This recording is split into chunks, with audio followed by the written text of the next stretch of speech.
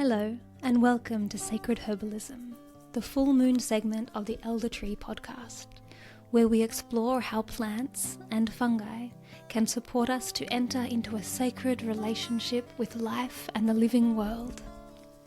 I'm your host, Stephanie Hazel, herbalist, anthropologist, and a deep lover of this wild world.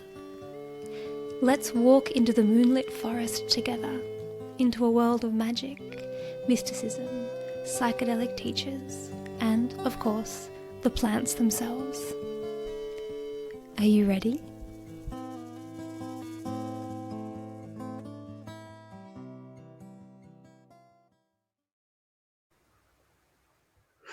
Hello dear Elder Tree community, happy full moon, and I'm really excited to bring this beautiful episode to you this month. We're talking about cannabis, a powerful and transformative plant that has a very troubled relationship with many people. And we're in a time where cannabis is kind of being promoted as a cure-all for all kinds of things from the medical cannabis industry. And yet some of the deeper invitations and possibilities cannabis opens up are not really being discussed.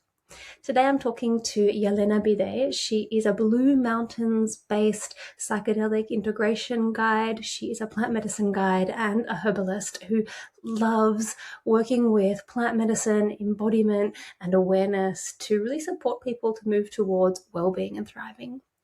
Yelena was born and raised in Eswatini, or Swaziland, as it used to be called, a tiny country in Africa. And she spent quite a long time living in London before making her homes in Australia. As well as her background in plant medicine, once upon a time she lived much more in the world of academia, political science, and local government. So I love that she has this rich depth of experience to bring towards these kinds of conversations. So today we're going to talk about the history of cannabis, prohibition, how prohibition and the slandering propaganda that we were exposed to has changed the way that we relate with cannabis.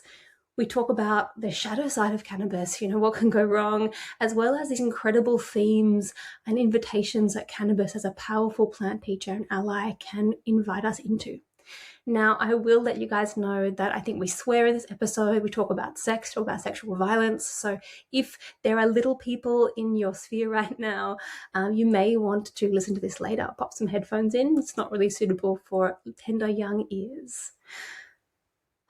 Before we get into this amazingly juicy and rich episode, I want to make 3 invitations. So firstly, the invitation that is connected to this episode, Yelena is running a 4-week course online, which is called Meeting Cannabis Anew. And it is a deep journey into repatterning your relationship to cannabis and delving into these deeper invitations that the cannabis plant offers us. Talk about that right at the end of the episode, but if you're interested, check out in the show notes. The link is there. You can have a look. Now, secondly, we have the incredible Herb Fest coming up on the 14th of June, very soon, and that is a wonderful day-long herbal gathering with some talks, some markets, some workshops happening in the Sunshine Coast. That is run and organised by Kat Green from Everyday Empowered, who is our newest podcast host in this program, who's now sharing the segment with Tatiana. If you're at all in the area, then I encourage you to get up there because it's where herb folk belong in these incredible community gatherings. The third invitation I'd like to make is there's a couple of spots left in Wild Age of Herbalism, which is my 4-month-long journey, really supporting plant folk from every level of experience to build real relationships with medicine plants and to start to reclaim our sensory and our intuitive intelligences in the way that we learn, understand, and use herbal medicines. There's a few spots left and we start on the 2nd of July. So all of those links are in the show notes. And if you're feeling called to any of those invitations, then I really invite you to take action, because the more that we engage in collective group activities that invite depth into our relationships with plants and the way we use plants, the more that we are participating in creating the kind of herbal community that we really long for. And I think that we really need as a species, right? So I'll leave you with that. Please enjoy this episode. And send me your comments and your emails. This might be a little bit controversial for some people, and I'd love to hear about it. Happy full moon. I'll see you next month.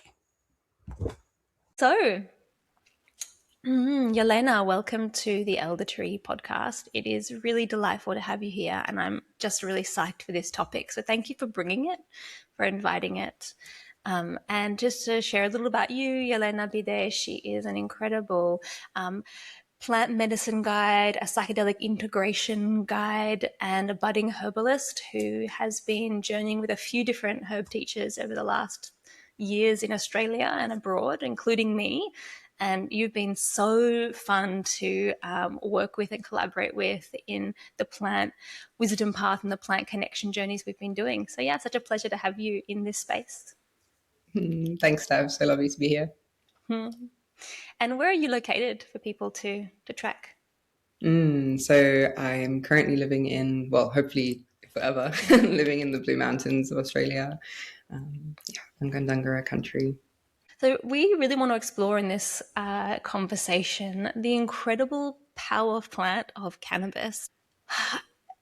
There are many plants that have made an appearance on this show before, and cannabis hasn't pretty much ever. And I find that really fascinating because out of all the plants in the world who have been teachers of mine, who have been guides, who I have a depth of relationship with, cannabis has to be in the top 5, right? And somehow she's never been mentioned. Why do you think that is? Like, what comes up for you when you hear that? I mean, the taboo and the stigma, right, around this plant. I think there's been, over the last 100 years in particular, really concerted efforts to remove this plant from the really central role that it had for us as humans for millennia. And so there's been really strong concerted campaigns to shame, to vilify, to misinform about this plant. And so I think those of us, even those of us who have really profound, intimate relationships with cannabis, there can be that kind of shadow and that heaviness that sits around the plant that makes it difficult to speak openly about it, given where broader society is as a result of the last 100 years of prohibition. A deep taboo and shaming in this plant, right? Absolutely. I don't know if there's any plant actually that has such a taboo and shame attached to it as cannabis does in the modern time. And even almost like, as you said, this concerted effort to slander cannabis as a plant and a medicine plant. Absolutely. And I think also what's so interesting is that none of us alive today have lived in a time pre-prohibition, right? So we've just grown up. We've all grown up, even the elders that are living today have grown up in a context where there's been prohibition with this plant. So we've never lived in a time, we've never known a time where this hasn't been the case. We have to look further back than the last century to understand that. And so I think that really has a big role to play in how we understand the plant in contemporary conversation. And even though there's a real shift at the moment, and I want to get into that maybe later, the shift towards like medical cannabis and cannabis for everything that also alarms me a little bit.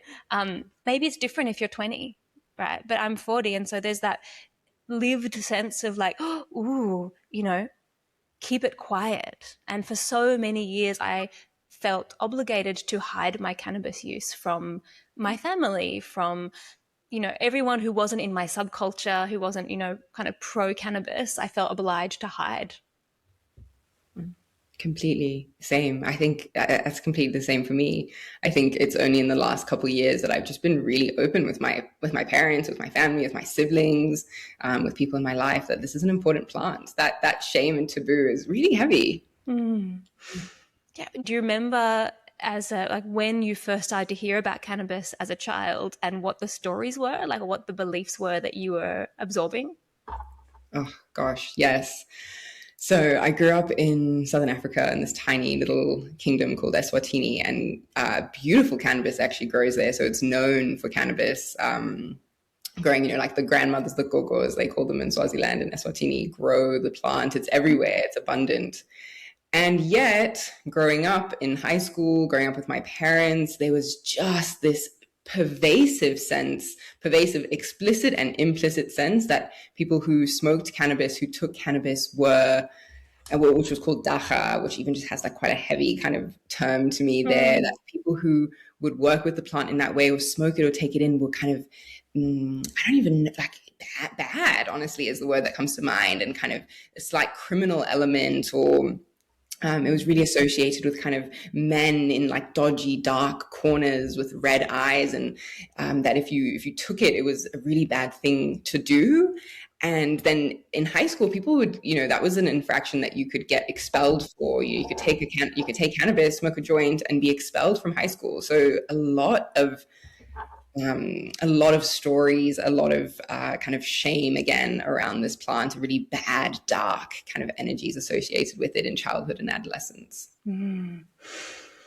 Yeah, totally. I have a couple of things that come to mind. And for me, maybe there was a split between my family culture, which was, I'd say, mildly pro-cannabis and mildly pro-psychedelics, or like neutral, compared to the culture I grew up in far north. And so I remember being 15 and my dad having the drug chat, and he did tell me, look, you're probably really going to enjoy cannabis, but you shouldn't have it until you finish school because your brain isn't finished growing yet, which actually was kind of perfect advice, to be like, yeah, I reckon you'd love it, but like, wait, promise me you won't smoke any cannabis until you finish school, right? And I did promise. But then I remember these two moments. One, that conversation of like cannabis as a gateway drug, the cultural conversation that, all right, you might think cannabis isn't so bad, but if you start smoking cannabis, then before you know it, you're going to be dying of a heroin overdose in a back alley somewhere and prostituting yourself, which is just a ludicrous story. Yeah. And then the other really distinct memory I have is being with my mum and being maybe 13 or 14, way too young for this to be appropriate. And there was some, kind of derelict, undergroundy looking guy with red eyes and grungy and a bit drunk in the street. And somehow I started talking to him, and he started talking to me about cannabis. And he said something like, oh, and it's the best, you give it to the girls and they just want to go all night. And my mum just being like, okay, this way now. I'm taking my 13, 14-year-old daughter away from you. And what's interesting is I remember being like, I wonder what that's about. And that planted this seed of curiosity.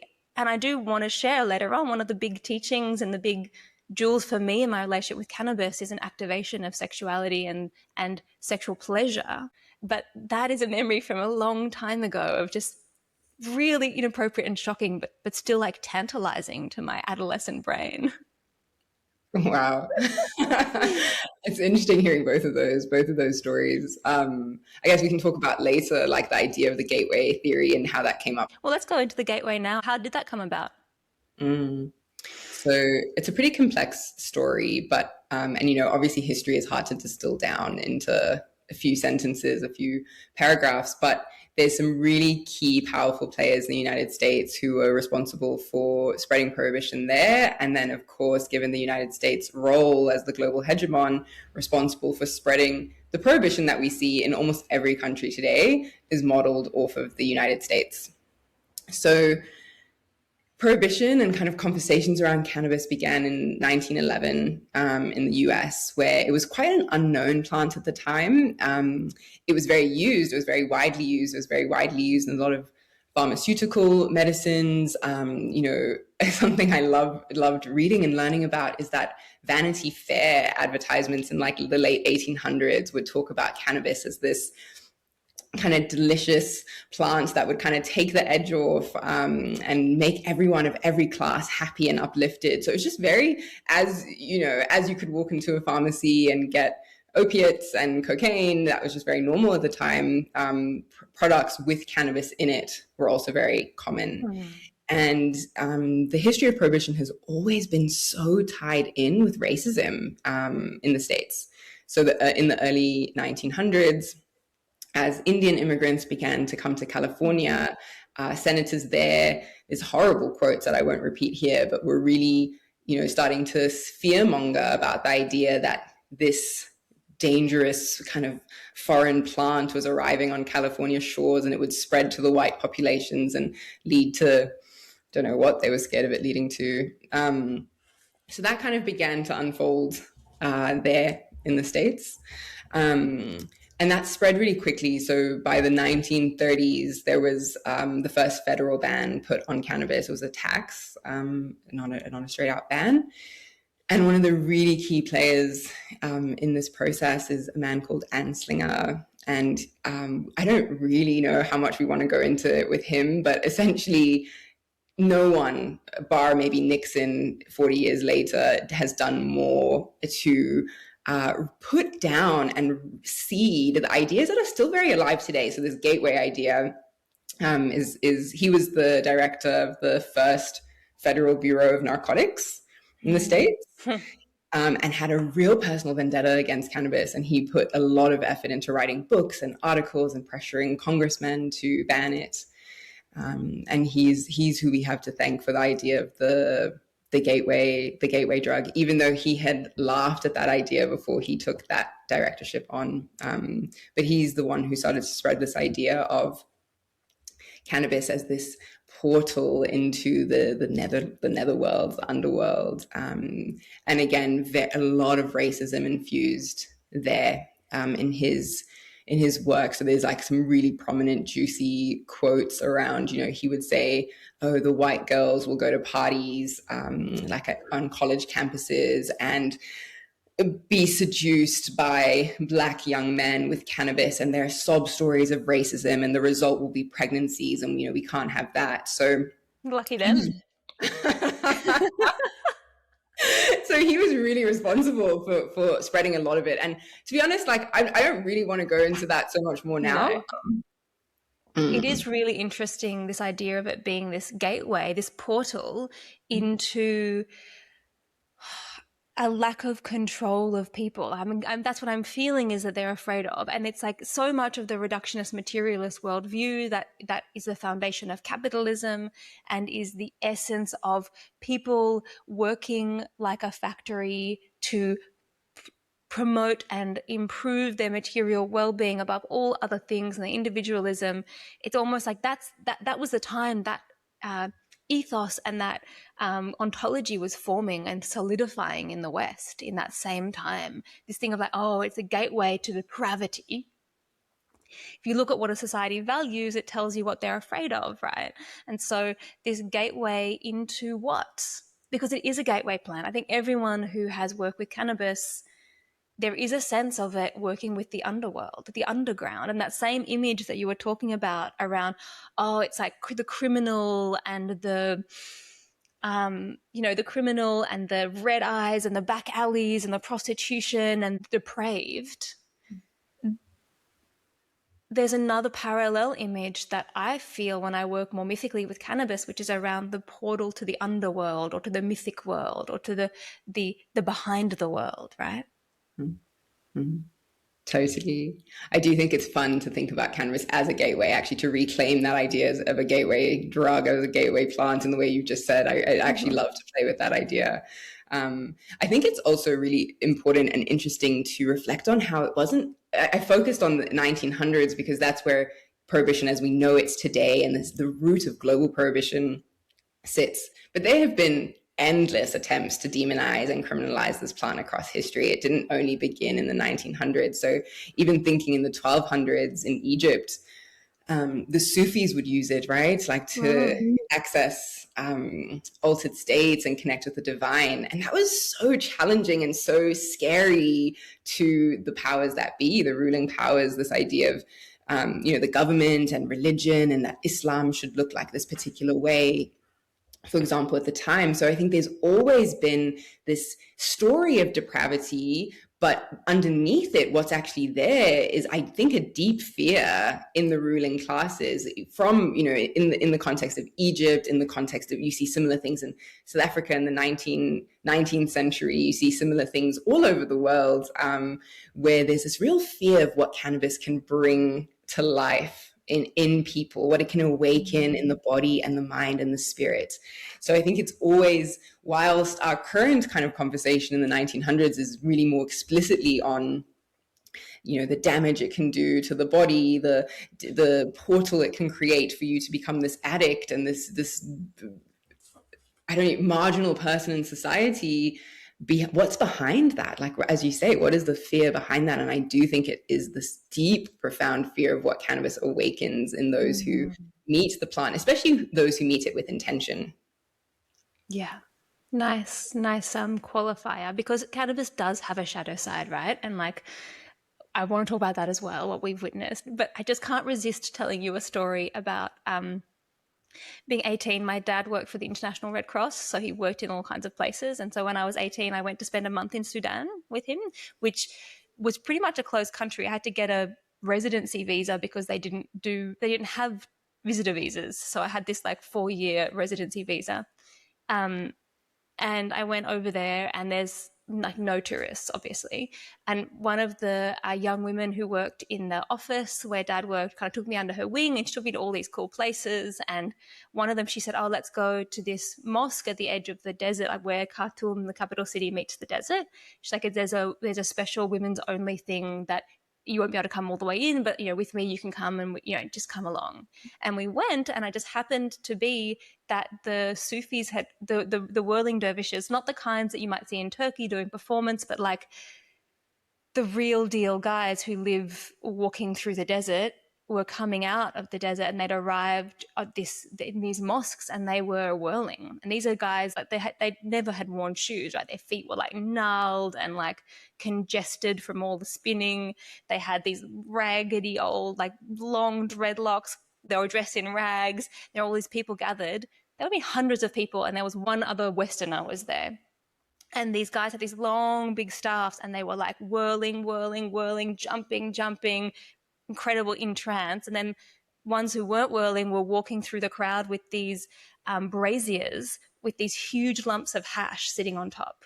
And there was just this, you know, incredible clouds of cannabis, and everyone was like swaying and like kind of humming with the chants that the Sufis were chanting. And it was this mind-blowing experience for an 18-year-old Australian girl.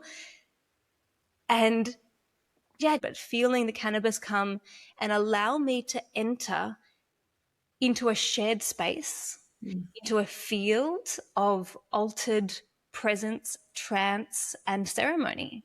You know, I just rocked up with no preparation. And I think if there hadn't been the braziers of cannabis, it would still have been like an impressive thing to witness. But something about the cannabis smoke invited me in. Beautiful. Yeah, just to just input that story, since you mentioned the Sufis and the cannabis and in the 1200s, well, it's still happening. So I'd love to hear a bit about your understanding of its use through history as a medicine plant. Yeah, wow. Such a rich history as a medicine plant, right? So I think maybe the first place to start is that historians more and more think it's one of the first wild plants that humans ever domesticated 12,000 years ago. And since then has been used, you know, as fiber, as food, as oil, as herbal medicine, and then, of course, as mind-altering spirit, psychedelic as well.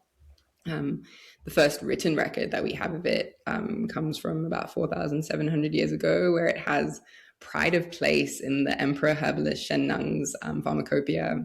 And there it features for so many different uses, both kind of magical and practical, right? So fever, like fever, pain, sleep, but also it was said, you know, if it would be mixed with ginseng, that shamans could use it to set forward time and perceive the future, essentially read the future. So already in that pharmacopoeia, that first written record, remembering, of course, that like writing is very recent development as humans, but it's still rich to know that it appears in the first, like in our earliest, in one of our earliest pharmacopoeias, there cannabis is, although we know it's traveled with us for much longer than that.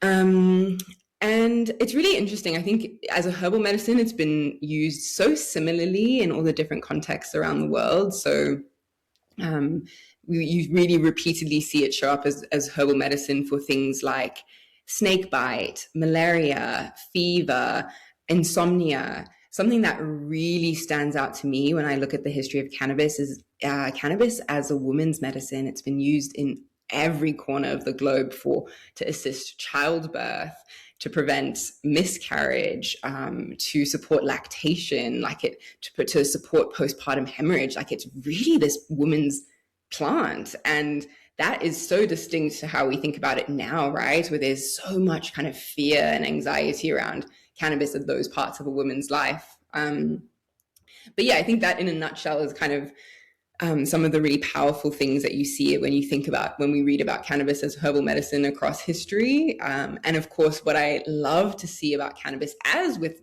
any herbal medicine, right, is how, especially because it's such a shapeshifter and it can take on so many different roles and qualities, depending where it was used, it would be used in slightly different ways. But overall, you really see a lot of similarities in each of the corners of the globe where it was being used as herbal medicine. And then we can get into the psychedelic properties a bit later on.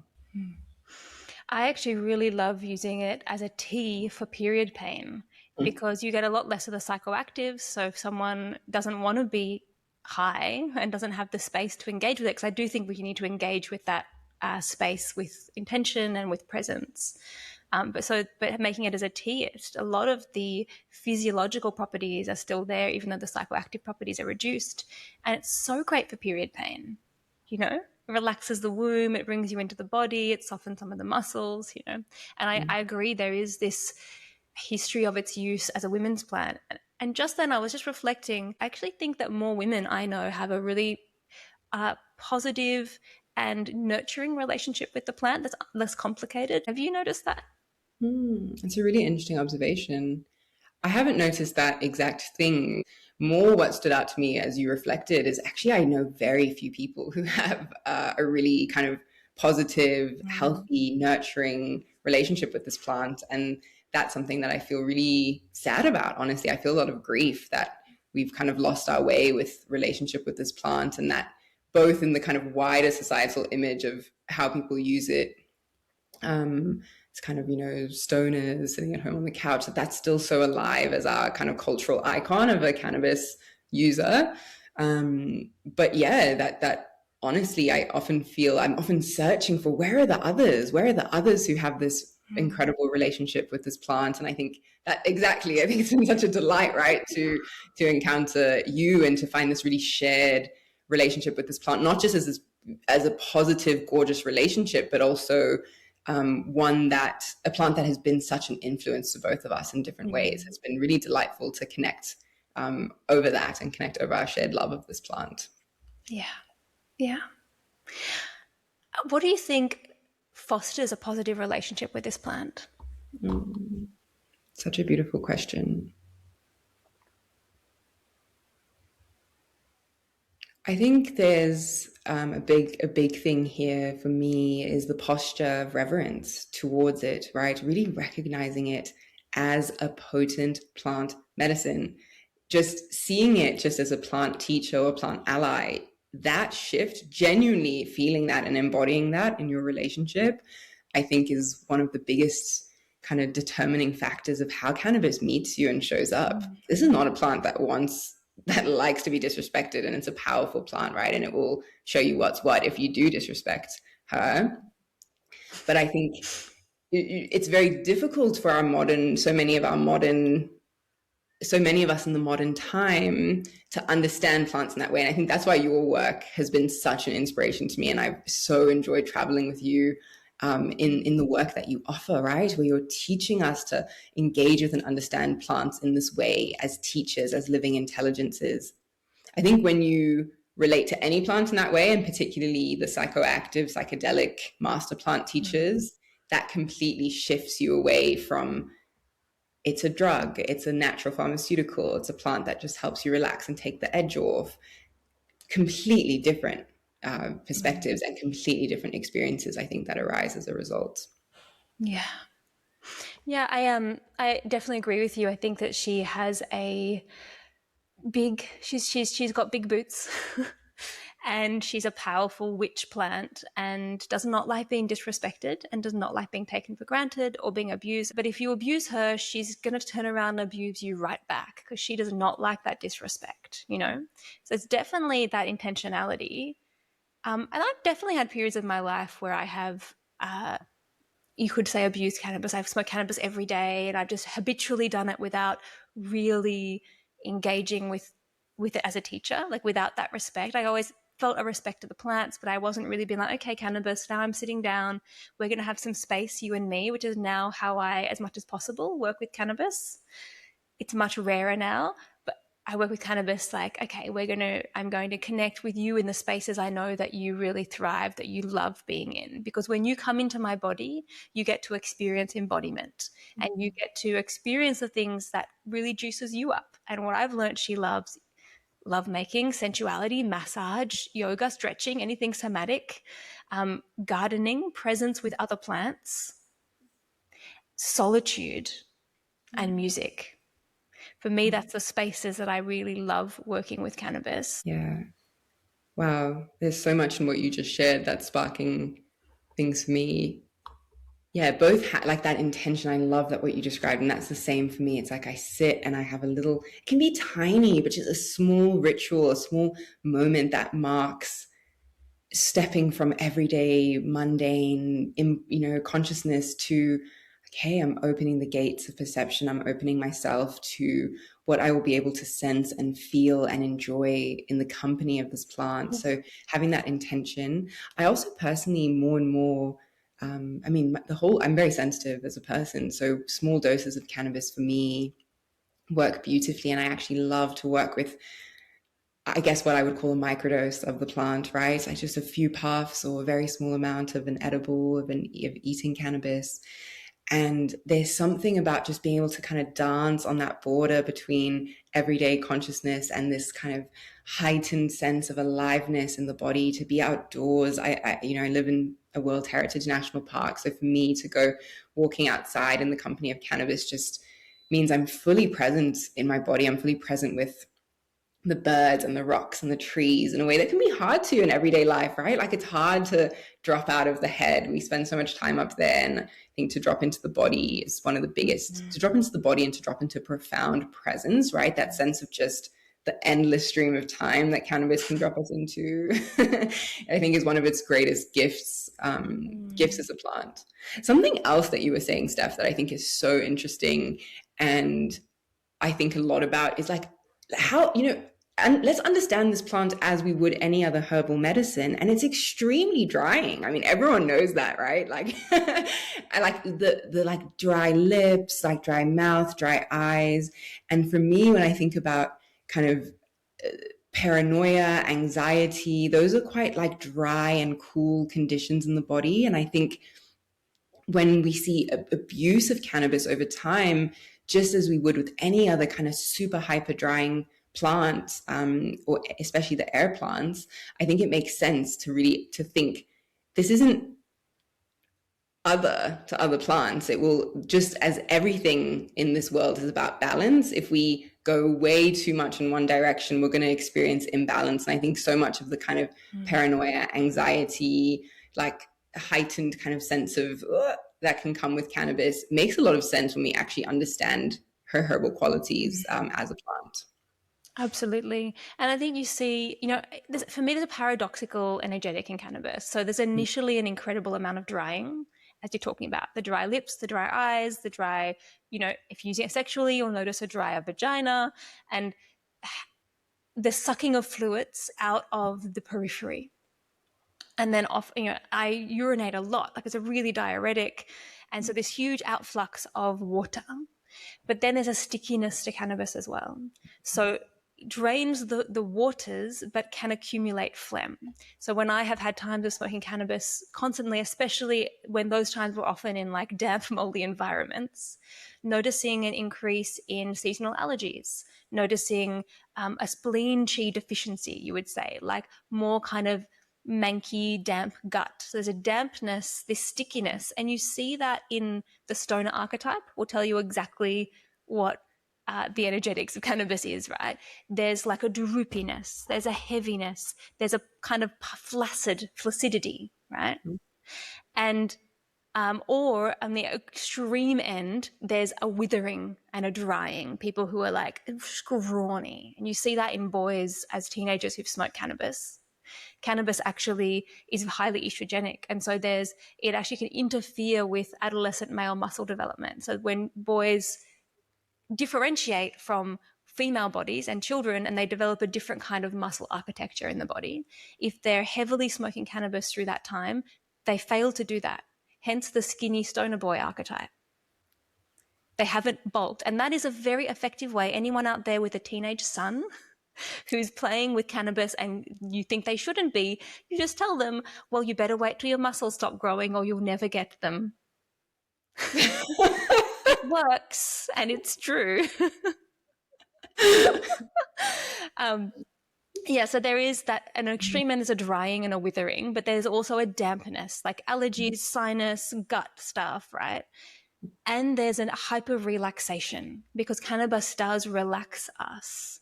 And not every body type benefits from that. And so that's what I feel frustrated about when I see cannabis now coming back into medicine in this annoyingly pharmaceuticalized model where we're not understanding the cannabis as a living being. We're not understanding it as a herbal medicine, a plant medicine with its own intelligence, its own fit, right? We're seeing cannabis as this one size fits all. Oh, anyone with pain, anyone with this, anyone with that. Everyone should just be on CBD. And CBD, in a way, is that relaxing, dampening property isolated, you know. THC has the expansive and almost more drying property, but the CBD has that real relaxation at extreme becomes flop. It becomes binging out on chips on the couch and unable to get off the couch, right? So if you ever see if you have a tendency to flabbiness, to poor posture, to collapse in your psyche or your mind, your body, then cannabis is not a habitual plant for you. It doesn't mean you can't use it occasionally as intention for its other properties, but to understand that, right? And if someone has a lot of fluid problems, like you think dry skin, dry eyes, dry mouth, that the hydration is a problem, then again, it's not great to have all the time. You know?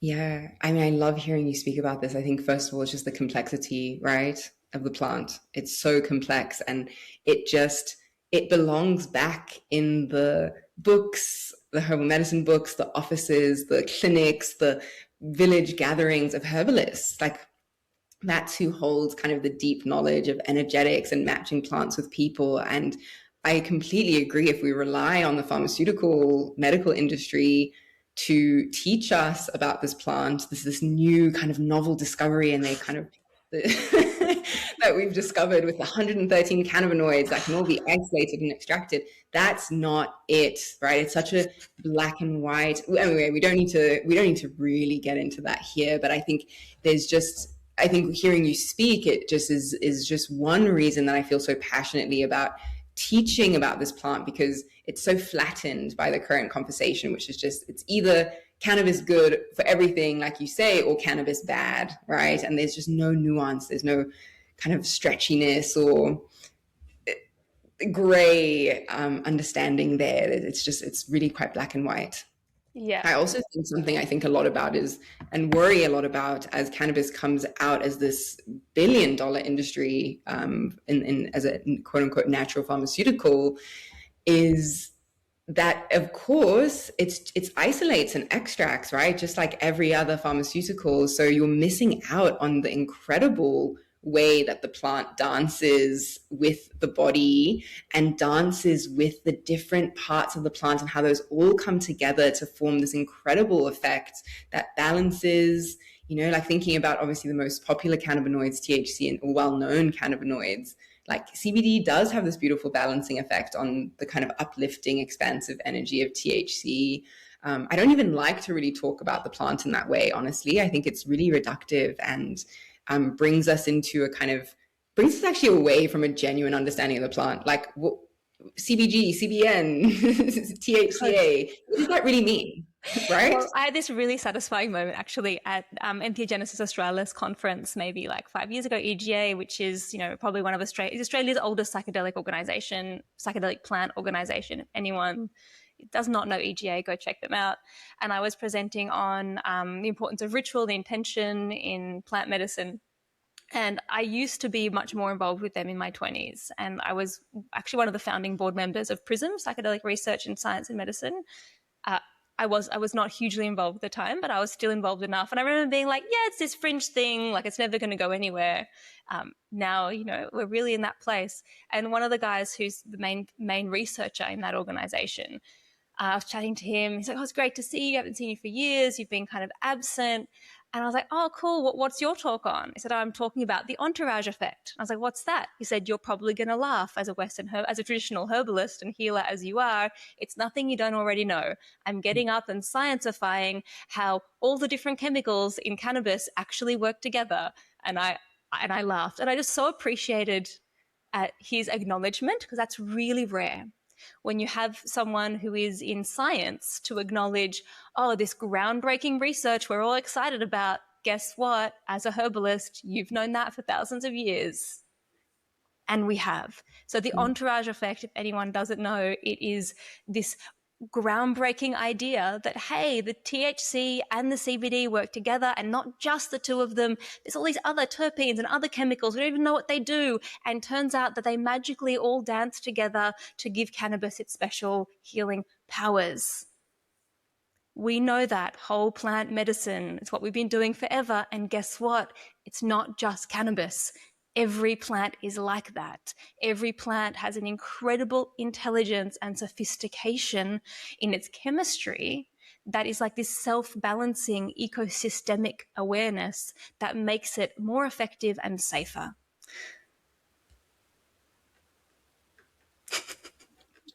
I'll stop there, right? We all know that, but it's so nice to be recognized by a scientist in that. Oh, I'm contacting my anger right now. When you say that, you know, this plant, we can't let the pharmaceutical industry and the psychiatry industry teach us about cannabis. We're herbalists, we're plant people. This plant belongs to us as one of the oldest witches, healers, herbalists, you know, like shaman's plant that ever there was. A women's medicine, right?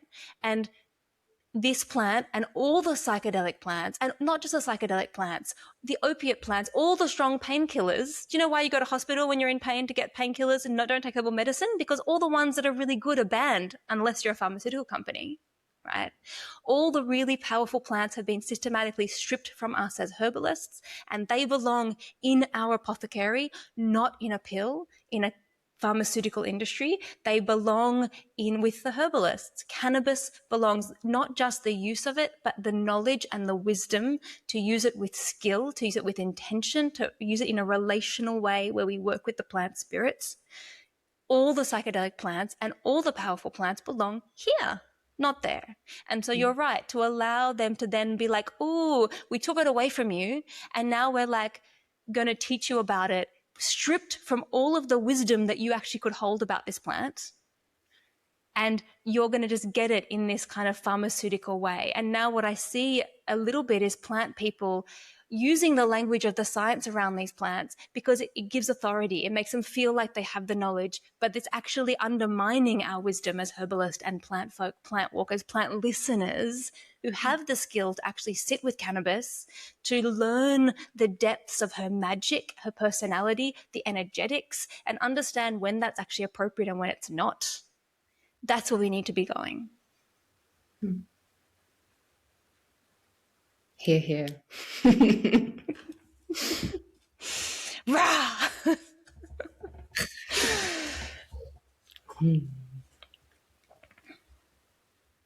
So, where do we need to be going, Yelena? What is the magic and power of this plant? What have you discovered in your work and in your work exploring this plant with others? What is cannabis? What's her special power? Wow.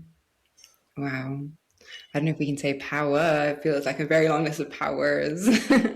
But wow, some of the things that really stand out to me is a little bit as we've been touching on so far, right? This is a somatic psychedelic. So cannabis's ability to get us into our bodies, to connect with pleasure, with touch, with intuition, with bodily intuition, to move stuck energy in the body, right? It's like so much trauma and energy and emotion is stored in our bones, our fascia, the muscles, and cannabis can really support, when used intentionally, and especially when used in combination with breath work, can really support that to be released and moved with no story. We don't need to sit and talk about it and rehash all that's happened necessarily, right? But actually just allow it the space with our breath and intention and the somatic power of this plant to move and release. That's a beautiful way that I love to work with the plant.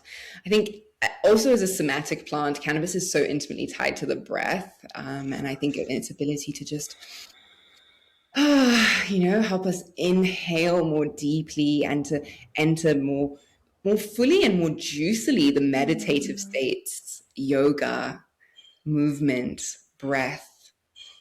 What a gift. What a gift to be reminded of what a delicious, delicious thing it is to be alive in a human body and to be able to breathe in this eternal dance, right, of inhale and exhale. And there's just so much for me with cannabis is just sitting in that simple but so profound pleasure. So those are, those are some of the things that I think are so powerful about it. But also cannabis is a shape-shifting plant, and so many of us are familiar with it as well as a activator of the mind, right? And and creativity. I know you were saying for you, that's not necessarily how you like to work with it, but for me, my gosh, like I love to just sit if I'm facing something kind of challenging or tricky or sticky, and just really ask the plant directly, hey, cannabis, I'm facing X, Y, and Z problem, X, Y, and Z challenge, help me. Or help me to write this piece. I'm struggling. I've got this idea, but I don't really know quite how to express it. What do you think? I love how much it opens up these possibilities in conversation, in writing, in just thinking more broadly, right? Deepening our appreciation of the creative arts in ourselves and externally. So, of course, music, art. For me, I think, cannabis has deeply changed how I listen to music. Even when I'm not with cannabis, I hear differently. I hear the music differently. I think those are some of the amazing gifts it has. And like, I could just go on and on and on and on and on about this. But those are some of the gifts that feel like most alive for me when I think about this plant. And when I think about this plant as deep medicine for our times, right? We're living in such disembodied times. We're all just sitting on our computers all day, staring at screens, and that cannabis calls us back to, hello, you're a body in this world. You get to embody, like come into the body, come into your body, come into the present, breathe. Yeah, I definitely have a screener version with cannabis. I'm like, Right. Yeah, I think that the way you've described it as a somatic psychedelic, love that. Absolutely. There's an embodiment and a moving into the body that is juicy.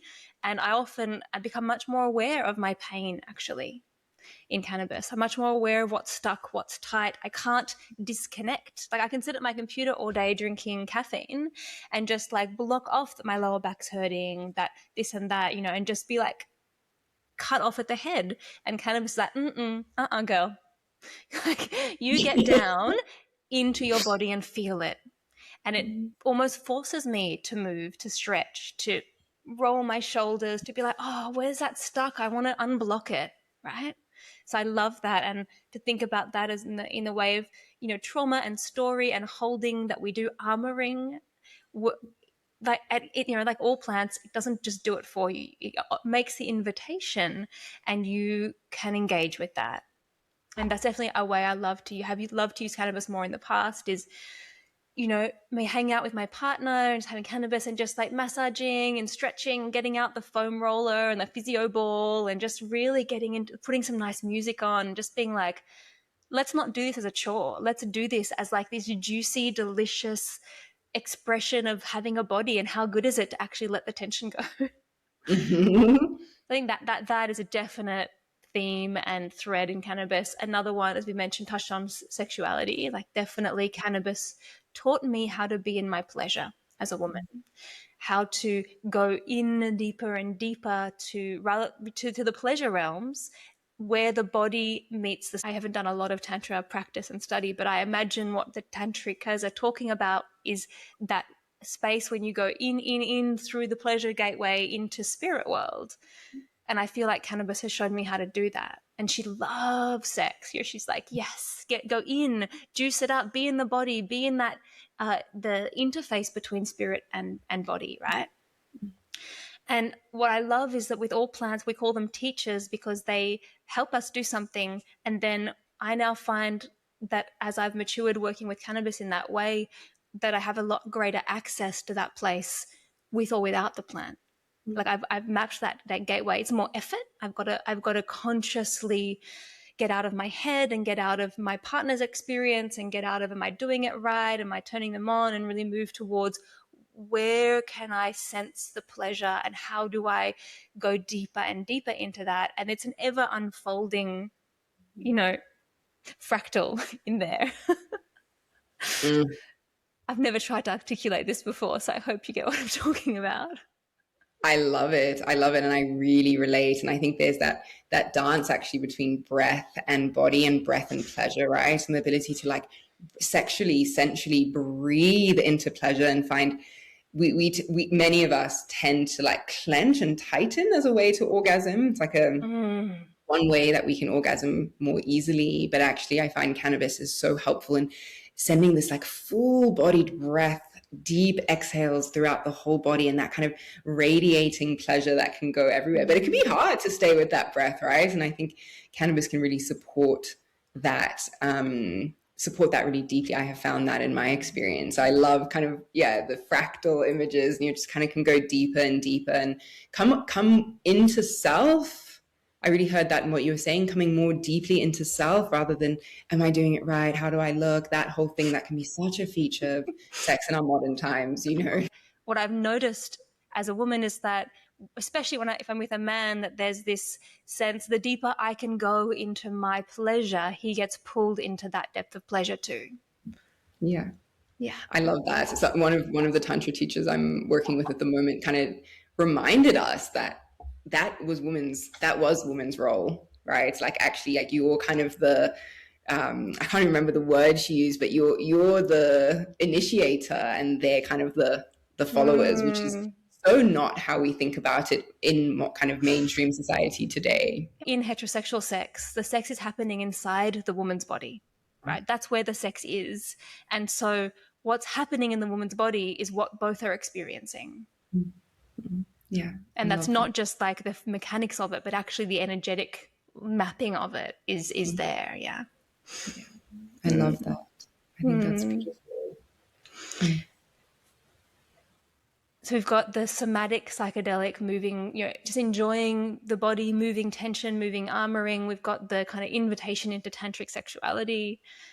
We've also mentioned, the underground and the underworld. And I feel like a lot of the work I do now with plant listening, with engaging with plants as sentient relational beings, was actually initiated by being in the garden and being with the plants while having ingested cannabis, while being altered in that way.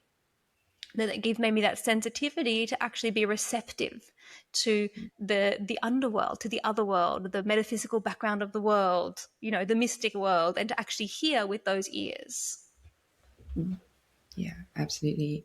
I often call cannabis a master plant for that reason. I feel like it is such a teacher to all the other herbal medicines. And in fact, as I was starting to play a couple of years ago on my herbal medicine journey, because I had already journeyed with cannabis, I would often just intuitively be mixing I would take some cannabis and then be like, what would it be like to drink a cup of rose tea right now? What might I feel? And what I really noticed is, oh my gosh, it's like cannabis holds this space for what can feel, especially as when we don't have that practice yet in the subtle realms, it can really heighten and highlight those properties of other plants in a way that has been really powerful for me as a budding herbalist to really feel into, wow, it's like cannabis can really hold the space as a master teacher for the deep medicine of other plants that can feel less obvious and less loud as cannabis. And that's been something that I've really enjoyed kind of flirting and playing with. I do less now because through your work and your teachings, I feel like I'm much more able to drop into those subtle states without cannabis. But I just think that, for people who do take cannabis and are interested in other herbs, that it can be a really powerful way for herbal medicines to move from something that people often say they don't feel in the body to actually, like, if you take some cannabis and then take a cup of peppermint tea, you will feel very potently the energetics of that peppermint in your body. And so it can be a gorgeous little invitation or portal to what it can be like to work with other herbal medicines in that way. Yeah, it's almost, if we map across the 3 ways of knowing, this model that I work with in Wild Edge of Herbalism, we talk about the mind knowing, the body knowing, and the spirit knowing, or the intuitive and sensory intelligence, along with the cognitive intelligence. And even though I agree with you, a lot of people do love working with cannabis to think or write or dialogue, it's not so. It's almost like it's bringing online the somatic, the sensory, and the intuitive intelligence to get to a deeper point of insight. Right? Like, it's helping bring those two in to combine with the mind. And I think it's what you're speaking about. A lot of people find, all of us at first engage with plant medicine because it's how it's presented to us, almost like interesting conceptual ideas. And, oh, rose, let's read about rose, read about peppermint. Oh, I think I understand peppermint now. But you don't ever know, you don't understand the medicine until you can also experience it through the intuitive intelligence and the sensory intelligence. And cannabis helps to rectify our current modern state of hyper intellectualization and missing on the wisdom that comes from integrating sensory, intuitive, and intellectual knowledge into one beautiful, harmonious whole. I love that. Something is just clicking in my mind, actually, in terms of, because I really do find cannabis a psychedelic in the sense of mind manifesting, mind opening, mind expanding. And yet it feels so different to the mind, the intellectual, cognitive mind. And I think perhaps hearing you say that, it's more that, for me, my kind of ways of knowing of this in the subtle often comes through, I guess, what is read as thought, but it's not thought. It's distinct from thought, but it's Insight. like a verbal, it's insight. It's like a sentence that I could write down and carry with me out away from my, if I'm having a psychedelic experience with cannabis, I can write that down and bring it with me into my everyday consciousness.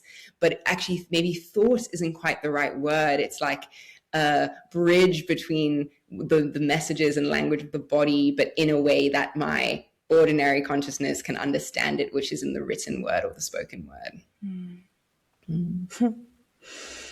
Yeah. Well, I feel like we could go on for hours. There's so much here. And I knew this would be a really fun conversation. And I've been intentionally not talking to you about cannabis before this because I wanted to be discovering all these things together. So, yeah, so nice. I want to talk a little bit about the shadow side of cannabis, and partly there's an overemphasis in our cultural narrative around cannabis's dangers, and yet any powerful plant, any herbal medicine, but any powerful plant has a shadow side or a potential for creating imbalance. What are your thoughts on that?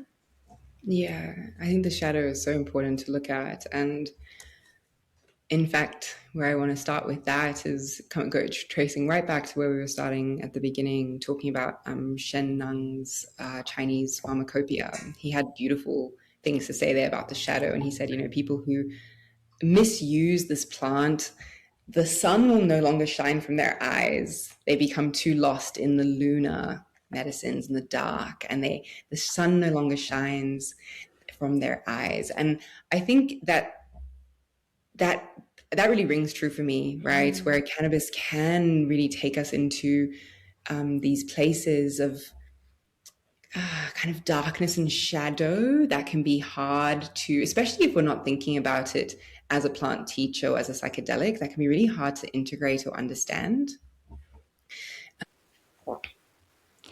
When I think of the shadow of cannabis as well, I do think, I lived in Nimbin for 5 years and I love Nimbin, right? But there's a shadow that's alive in Nimbin that to me feels very linked to cannabis abuse.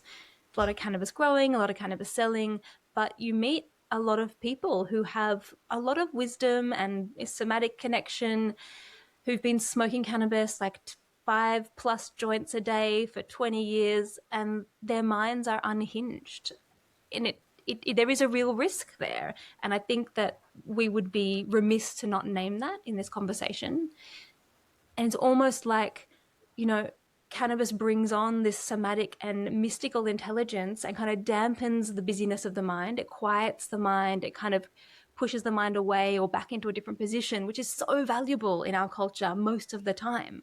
But if you're just doing that every single day, all day long, the mind kind of detaches from reality. And you see that, like I've seen that in so many people who I love and respect, but almost like at some point, the mind just becomes unhinged and a bit nuts. Right? Yeah, I think that's right. And I think it's really important to name that, like you say. And I think abusing cannabis, using cannabis, overusing cannabis in that way, especially when we understand it as quite like a very airy plant, right? A plant of the spirit realm. It's like, yeah, of course, you can lose that grounding with the earth, the feet, and this mind can just kind of take off into, like you say, into kind of unhinged places. And that emperor herbalist Shen Nung talks about it as, people will, their head will become will go into the clouds. They will lose, their feet will no longer touch the ground. And also this idea that they will see devils inside and outside, right? Like that you begin to kind of, that's a direct Chinese translation for what we would say hallucinations. You kind of lose touch with this reality by spending so much time in the land of cannabis. Yeah, almost what we said about that lunar, the sun will no longer shine from their eyes, right? And the sun is the day and the bricks and mortar world of the four elements, and that luna is the other world, that dream world, the spirit world. And it's not given to many of us to inhabit the spirit world full time. Absolutely, absolutely. And I think, like we've talked about a lot throughout this conversation, balance is just so important here, right? Like balance and nuance and the ability to work with plants intelligently. And there's another thing, like we talk about plant allies, and so a lot of what we explore in plant allies and wild age of herbalism is this idea that not every plant is an ally for everyone. And that you read about a plant, you hear about other people's experience, you go, wow, I want to have, reishi, everyone's having reishi, I'm going to have reishi. And it doesn't work for everyone. It's a very gentle plant, so it's not really going to damage anyone, but it might just not do anything. Cannabis is not a gentle plant. Cannabis is a forceful, powerful plant. And so when it doesn't work for you, if it's not your ally, you need to know that if you're not grounded, if you're already in that space, if you're already very connected to intuition and to the mystic world and to the spirit world, if you struggle to inhabit the world of the four elements and have your feet on the ground and achieve and focus and be in that cognitive dominant space, maybe this isn't a good plant for you. You're probably at a higher risk of having harm from this plant, right? Just like someone who is that exact thing I described, coffee is probably their worst enemy. It's like we need to find the plants that balance our innate kind of tendencies to imbalance. Absolutely. I think that nuance is really important. I think I would also say that working with different doses and balancing it with different plants is also really important there, right? Of like, we have a whole kind of collection, a whole apothecary of plants you could work with. If you're really keen to work with cannabis and you feel like, working with tiny doses or balancing it out with like warming, grounding roots, for example, can be really beautiful. If you find that you get benefit from it, you enjoy elements of it, but it does kind of send you off too much in the clouds, working with plants alongside it that bring you back to earth and ground you and nourish you can be really supportive to that process as well. And I also, when we think about shadow, this is a plant that can take away literally our pains, and can make life feel more manageable when we're overwhelmed. And I think that can be a doorway into really leaning on it as a crutch, as an avoidance mechanism, as a way to numb out. That can be unsupportive, but it's just, I think there's real nuance here, right? Because that's the case with anything that we take in society, especially anything that's as potent and powerful as cannabis. So those are some of the things that come to mind for me. The only other thing I'd like to mention there with shadow is, of course, many people experience kind of the edgy side of cannabis as thoughts in the mind, paranoias, anxieties. And I always really encourage the people I work with to examine what those are. It can be so easy to fall on the narrative of, oh, cannabis is just making me paranoid and anxious. But so often when you look, when we go in there, whatever's coming up through the subconscious, the darkness that can emerge held by cannabis, if we're able to hold that, if we're in a safe container, if we have the skill, or if we're with someone who can help us to make sense, so often that darkness that emerges is so important to be seen, so important to be processed, so important to be felt. And I think in our society, we spend a lot of time hiding and running away from the shadows of self. And so it's complex. It helps us delve into the shadows that need to be brought to light, need to be witnessed, need to be seen. We can get stuck there in ways that are unhelpful, or we can be working with it as a tool for numbing, a tool for exiting kind of this reality. So yeah, I feel this is hard to put language to, because I think there's so much complexity there, but those are some of the things that come out to me when I think about the shadow of this plant. Yeah, awesome. I love that invitation. And honestly, I'm surprised it hadn't occurred to me, but it totally hadn't, right? Of course, when we work with teacher plants and psychedelic plants in this context, in a relational way, we understand that they are doing work, and sometimes work is unpleasant. And if there's a particular theme that you are tripping out about in this really unpleasant way, it's like turning the dial up on that, then maybe you need to address that, and you need to take that invitation before returning to cannabis. And I've had that conversation with people with ayahuasca. It's like, well, if you keep having the same journey, then there's work you haven't done. But I hadn't mapped that across to cannabis, and if I think the times that I have felt really paranoid, either it's been, what is everyone thinking of me, which I think is a super common darkness in our culture, of this other obsession, image obsession.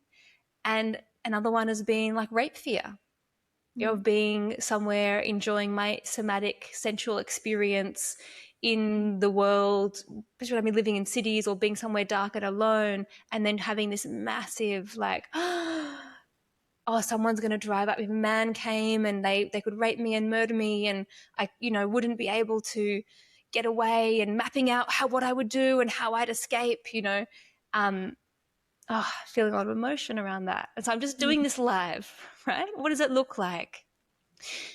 And yeah, that speaks to the world of sexual violence that we live in, and what it is to be a young woman, and how much, and that's they're less for me now, but it still comes up, and how cannabis has been like, hey, honey, you're holding a lot of fear here, and maybe this is not serving you. Yeah. I feel really moved hearing you share that. Yeah. Of just like shining this light on just this deep fear that we can just like suppress, like our rational mind can suppress, right? To just keep us able to just keep going. But it is the reality of being a woman in this time. I mean, yeah, in this time, and Most times. But I really feel you, and I think it's beautiful to hear you share it, and for us to really bring that invitation to like look at it and give it care and love and attention, just as we would if we were sitting in a therapist's office or talking to a really good friend. It's like, actually, how can we move towards that fear and anxiety that's there, and really allow it to be seen and witnessed and heard and held by the plant, or by the part of us that's able to hold that kind of part that's really struggling in that moment, and bringing up those fears and anxieties to the surface. Yeah. And or one could do that later. If it's too much in the moment to actually address in this altered state that fear, to then be like, okay, this is what's happening. This is something I need to tend. Thank you for showing me, and then later tend to it. Get therapy, journal about it, talk to your bestie, engage with what was there, right? And I love that invitation. Yeah. Absolutely. And I think that's the shift that comes when we think about this plant as a psychedelic, right? You would never walk away from an ayahuasca experience and be like, oh, well, people do. But you would never walk away from an ayahuasca or mushroom experience and be like, oh, that was it, nothing to integrate here. But we do that all the time with cannabis. It's like, had this massive experience. Fears came up, anxieties came up, old memories came up, repressed traumas came up. But that's just cannabis, and it was just making me trip out. I just continue on with my life. And I think when we think and understand it as a psychedelic plant, as a master teacher plant, as a plant ally, then the invitation to integrate and sense make what it brings up makes so much more sense than when we just think about it as, oh, I was just trying to lay on the couch and then all of a sudden I was in this experience and I don't know what to make of it. And like you say, you don't have to hold it in that moment. You can acknowledge it, put it to the side, but please, when those kind of things are coming up in journeys with cannabis, like it's just so vital that they're integrated, because they're really calling out for some care from and they're themselves. tended. Yeah. And Yelena, you are an excellent person for anyone who wants to do be beautifully and lovingly held with a lot of presence through integrating something that's come up with cannabis, through integrating, navigating your way towards a more whole-bodied, whole-personed relationship with cannabis and any other psychedelic plant. That's a lot of the work she does, somatic experiencing and just generally holding a powerful space of guiding. Yelena's contacts are in the show notes. Let's finish with a couple of invitations for people, or a couple of practices, and I think what I would like to invite people to do, if you are a herbalist or a plant walker of any kind, or moving on that journey, which you probably are if you're listening to the Elder Tree, and if you have a good relationship with cannabis, right? You have to tend that relationship first, to try really, really small doses of this incredible plant as a herbal medicine teacher. So then go sit with the herbal medicine plants in your garden, in the local community garden, have a small dose of cannabis, ask cannabis to unveil your eyes and meditate with the plant. Actually, the first time a plant spoke to me was that exact experience. I smoked a bit of ganja, I sat in my garden, there was a big artichoke plant. I was like, all right, artichoke, what you got to say? Are you going to tell me anything? I read all these books about people in other places talking to herbs. Well, let's see if that works. And it did.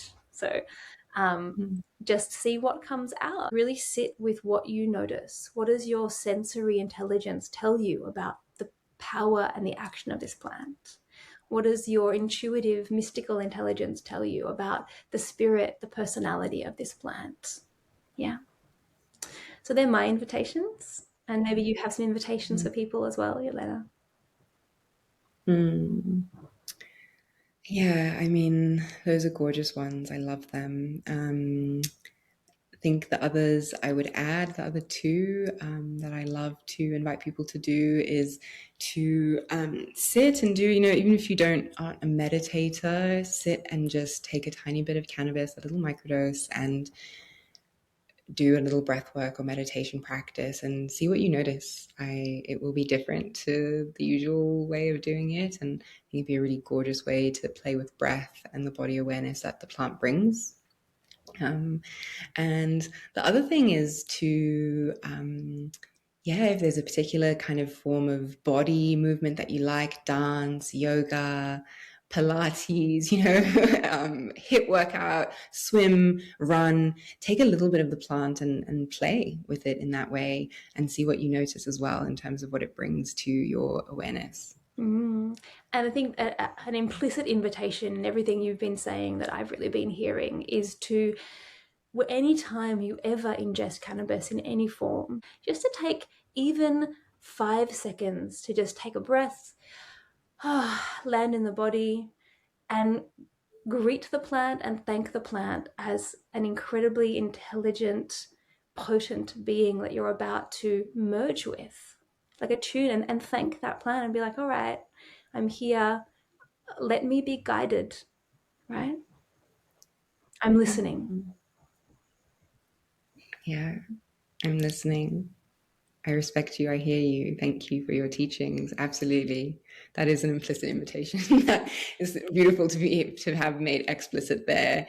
In the course I was just teaching on cannabis, that everyone was kind of surprised by what a shift that made, right? Even like you say, 5 seconds, 10 seconds, 20 seconds of intention, a little tiny ritual can really unlock different ways of relating with the plant. The plant loves it. All plants love it. All beings love it, right? It's like just as you would with a human being. Like, recognize, acknowledge, say hello. It can be so simple, but the benefits in terms of the relationship with the plant and what you get in your dance with that plant is really profound. Thank you so much for mentioning your beautiful cannabis course. So anyone who is with us still listening to this incredible conversation, you obviously are feeling aligned with cannabis, and Yelena is running a 4-week course all about the history, the medicine, the use, and remapping that relationship with cannabis so that you can engage with it in an intentional and transformative way. Yeah, thanks, Steph. So the next round is starting on the 24th of June. And as you said, it's a 4-week journey. It's called Meeting Cannabis Anew. And it's this blend of a lot of what we've been talking about today, right? Like the history of it as a medicine, as a psychedelic, as a herb. We also delve into in a lot of detail, the dark history of prohibition and how it continues to shape our understanding of cannabis today. For me, that kind of intellectual side of things is really intended to bring a new lens, a new conversation to what I find is such a limited contemporary conversation that we're having on cannabis. So if you're kind of keen for this broader historical perspective on this plant that we've started to talk about today, that's there.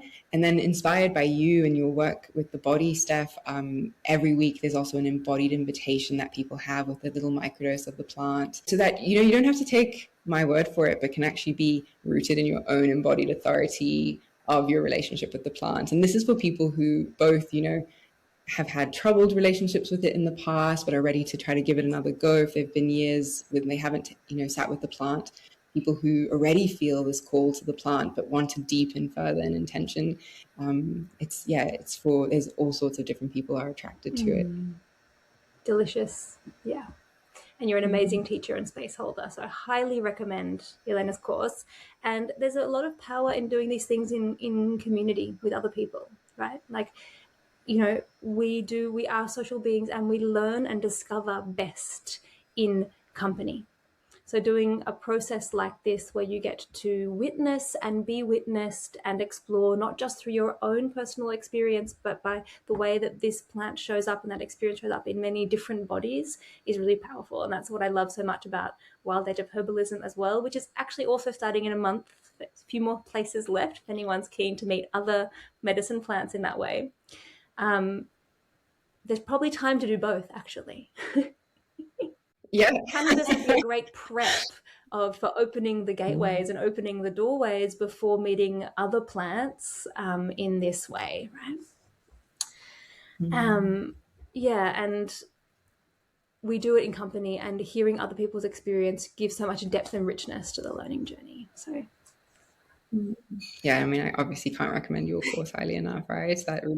That has really set me. I'm doing Wild Edge of Herbalism last year, and then continuing on with your more advanced studies this year, and apprenticing with you has been life transforming in the way I relate to plants, my body, and my relationship with the living world. So yeah, I can't recommend that highly enough. Thanks, darling. And actually, I just feel inspired. Anyone who's listening, if you do Yelena's 4 weeks and then you want to go into Wild Edge of Herbalism, I'll discount you the cost of Yelena's course off Wild Edge of Herbalism, because I actually think we should have mapped the dates better. It's a really juicy segue. Like, what were we thinking? That would be amazing. Yeah, so just hit me up for that if you're listening to this.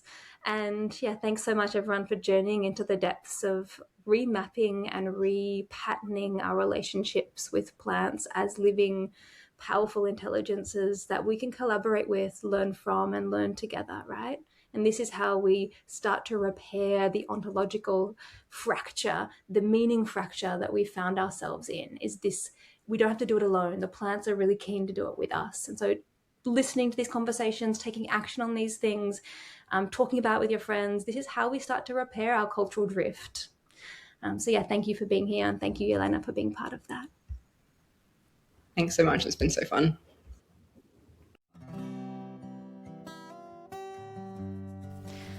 That's us for this moon cycle. I'm so glad you walked into the dark forest with me. This podcast is part of The Elder Tree, a non-profit dedicated to empowering people through grassroots herbal education, weaving a strong community of herbalists, healers, and plant folk in Australia. You can head over to theeldertree.org to find out more. If you like this episode, we'd love you to subscribe. And if you know who we should interview next, drop us a line. See you next month. And in the meantime, may you be blessed with good health and many plants.